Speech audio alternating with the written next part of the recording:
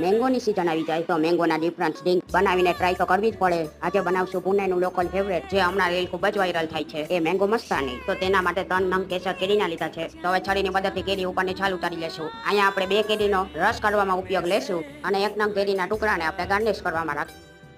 તો અહીંયા બંને કેરી સારી રીતના ચોપ થઈ ગઈ છે. તો મિક્સર તૈયાર કરવા કેરીના પલ્પમાં 2 થી 3 નંગ બરફના ટુકડા એડ કરી તેમાં 3 થી 4 ચમચી ખાંડ એડ કરશું અને ત્યારબાદ તેમાં 2 ગ્લાસ દૂધ એડ કરી હેન્ડ બ્લેન્ડરની મદદથી તેનો મિલ્કશેક તૈયાર કરી લેશું. તો હવે ગ્લાસમાં પહેલા ચોપ કરેલા મેંગોના ટુકડા નાખશું. ત્યારબાદ તેમાં મેંગો મિલ્કશેક એડ કરીને ગ્લાસમાં મેંગો મિલ્કશેકને આપણે થોડા સુધી જ ભરશું. પછી 2 ગ્લાસમાં 1 સ્કૂપ વેનીલા આઈસ્ક્રીમ એડ કરશું. તો હવે આઈસ્ક્રીમની ઉપર થોડા ડ્રાયફ્રૂટ એડ કરી થોડી ડૂટી ફૂટી એડ કરશું અને ઉપરથી ફરી મેંગો મિલ્કશેકને ફિલ કરી દેશું. ઉપરથી થોડા ગ્લાસને આપણે ખાલી રાખશું, કારણ કે આપણે કાજુ બદામ અને કેરીના ટુકડાથી ગાર્નિશ કરવાનું છે એટલા માટે. આ રીતે ઉપરથી ચોપ કરેલા કેરીના કટકા એડ કરશું અને બંને ગ્લાસમાં થોડા કાજુ બદામને સ્પ્રિંકલ કરી ડૂટી ફૂટીને સ્પ્રિંકલ કરી લેશું. તો 10 જ મિનિટમાં રેડી છે મેંગો મસ્તાની, જેને એકવાર બનાવી પીને એન્જોય કરો.